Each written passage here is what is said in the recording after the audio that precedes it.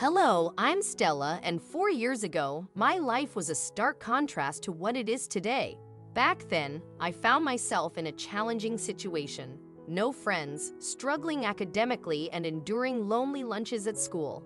I felt invisible, as no one took the time to talk to me.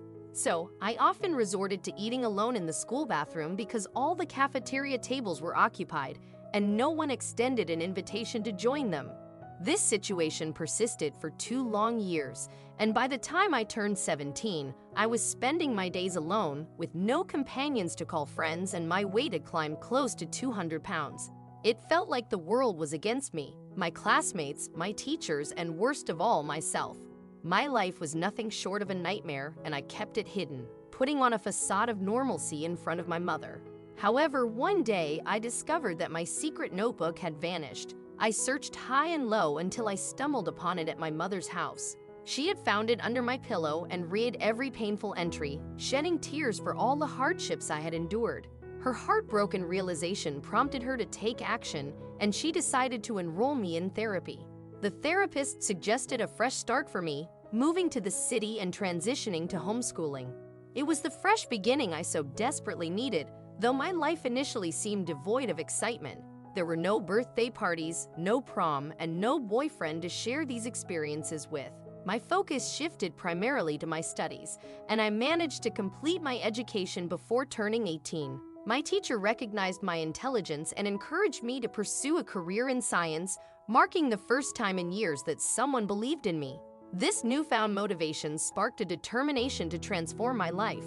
I embarked on a journey of self-improvement, hitting the gym to shed the excess weight and dedicating myself to studying for the LSAT, eventually achieving the highest possible score. On my 18th birthday, I received a life-changing letter from a university confirming my acceptance. I completed my college education in my early 20s and quickly secured a position as an assistant to a structural engineer at a prominent company.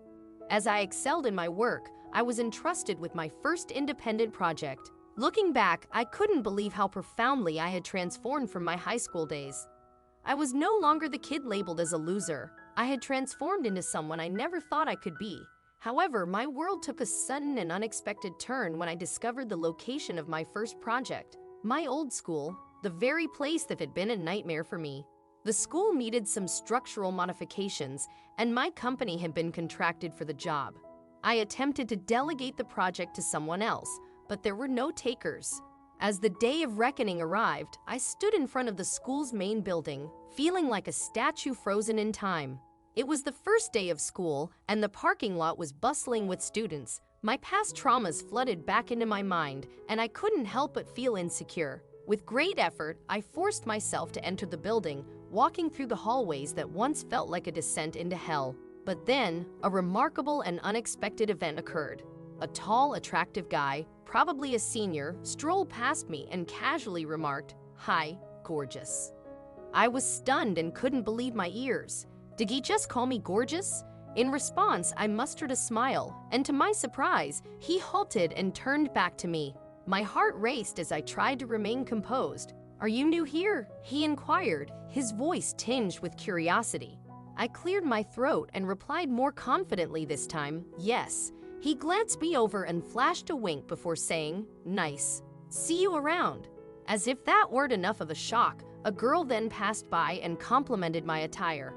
I couldn't help but wonder if I were in the midst of a dream. It had to be a dream, right? Shaking off my bewilderment, I continued on my way to the main office, where I needed to introduce myself to the principal and commence my work. However, just as I was about to enter the office, a group of exceptionally beautiful girls, likely the popular ones in the high school, intercepted me. They asked about my classes, and I nervously admitted that I didn't know yet. I wanted to find out, and one of them kindly offered, "Let us help you." In an unexpected turn of events, they all accompanied me into the office. I was left wondering how to explain that I was clearly not on the list of students. The secretary reassured me that occasional delays with files were normal. At that moment, one of the girls, claiming to be a senior, asked if I was also a senior. In the whirlwind of events, I inexplicably replied with a yes. It all unfolded so rapidly, leaving me with no time to explain myself. I had to play along, feigning surprise as they gave me a tour of the school, even though I knew every nook and cranny. Amid laughter and lively chatter, they introduced me to everyone, and by lunchtime, it felt like I had known these people for ages. As we reached the cafeteria, panic surged through me once more, unsure of what to eat. However, I had grown accustomed to healthier eating habits over the past 3 years. Thus, I opted for a piece of fruit and a juice. Their laughter made me momentarily apprehensive, thinking they were laughing at me. But then, one of the girls expressed envy over my choice, marveling at how I could manage with just a single fruit. I shared my secret of eating smaller, more frequent meals, and we delved into discussions about diets and related topics. Despite my initial hesitation, they quickly made room for me at their table. It felt like a dream, almost too good to be true. For the first time in my life, I was popular. Xavier, the handsome guy who had spoken to me earlier, took a seat next to me. He was undeniably good-looking and had an enticing scent about him. A torrent of conflicting thoughts raced through my mind. Was I making a huge mistake? But as if my dream weren't spectacular enough, he casually mentioned that his 18th birthday was just around the corner and personally invited me to his party. I froze once more, my gaze shifting to the other girls. They wore smiles that clearly signaled they had been invited, and I was the only one left to confirm my attendance.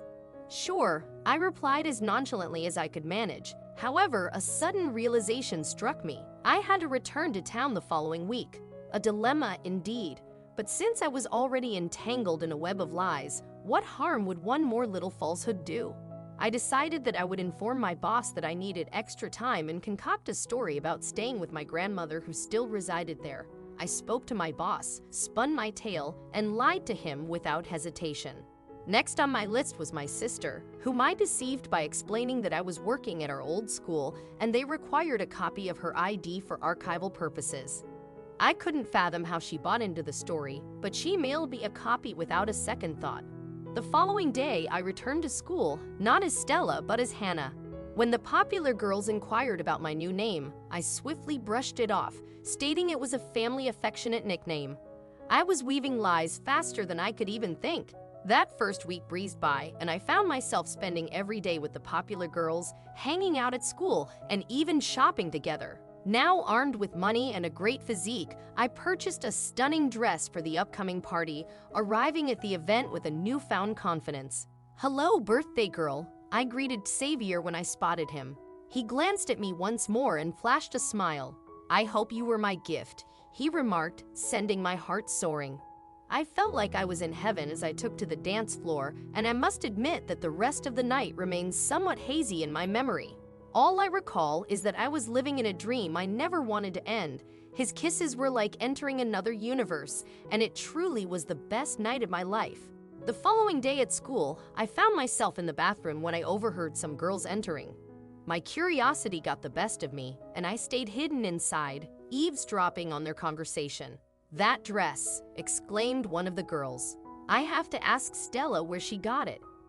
I smiled, initially thinking they appreciated my fashion sense. However, their laughter soon followed, leaving me wondering if they were being sarcastic. Amid their giggles, one of them continued, "Oh, Xavier, kiss me, my birthday boy." Moi. I was taken aback, unable to believe what I was hearing.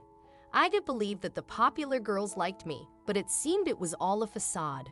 Tears welled up in my eyes as the realization hit me. It was all fake.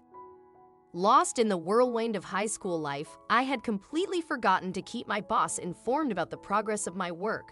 I didn't return his calls or messages, and before I knew it, I spotted him standing in the school hallway, conversing with students as I emerged from the bathroom.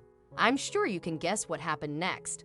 My classmates were standing beside him, and they were pointing at me, their expressions filled with anger. They had already discovered the truth, that I had been lying. My memory becomes hazy after that point as things escalated rapidly. In no time, I found myself without any friends and without a job. My boss promptly fired me and left. My classmates departed without giving me a chance to explain myself. Even Xavier, whom I had genuine feelings for, stood there and looked at me briefly before silently turning away and returning inside.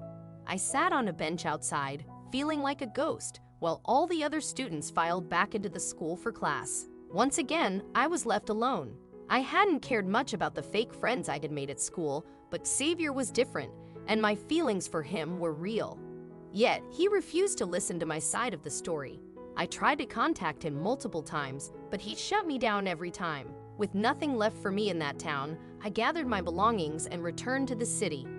I found myself back in that familiar feeling of being a loser, unemployed, aimless, and seeking solace in food to cope with my emotions. However, my situation took an unexpected turn when I received an email from my boss inviting me to a meeting. He expressed a desire to reconcile, so I agreed and laid out the entire story for him. To my surprise, he was genuinely taken aback by my ordeal and even apologized for being so harsh on me. I regained my job, but my heart remained preoccupied with thoughts of Xavier. I had assumed I'd never see him again, but fate had other plans. One day, as I walked in front of my house, there he stood. I couldn't believe my eyes. Approaching him, we stood in silence for what felt like an eternity, unable to find the words to speak. Breaking the silence, Xavier admitted, "I know you lied, and I can't deny that I'm angry with you for it, but I can't help it because I'm in love with you. I can't stop thinking about you, Stella." In that moment, all the air I had held in my lungs escaped through my mouth, and all I could do was smile. Tears of joy welled up in my eyes as I replied, "I'm in love with you too." Xavier drew closer, and our lips met in a kiss that sent me soaring to cloud 9.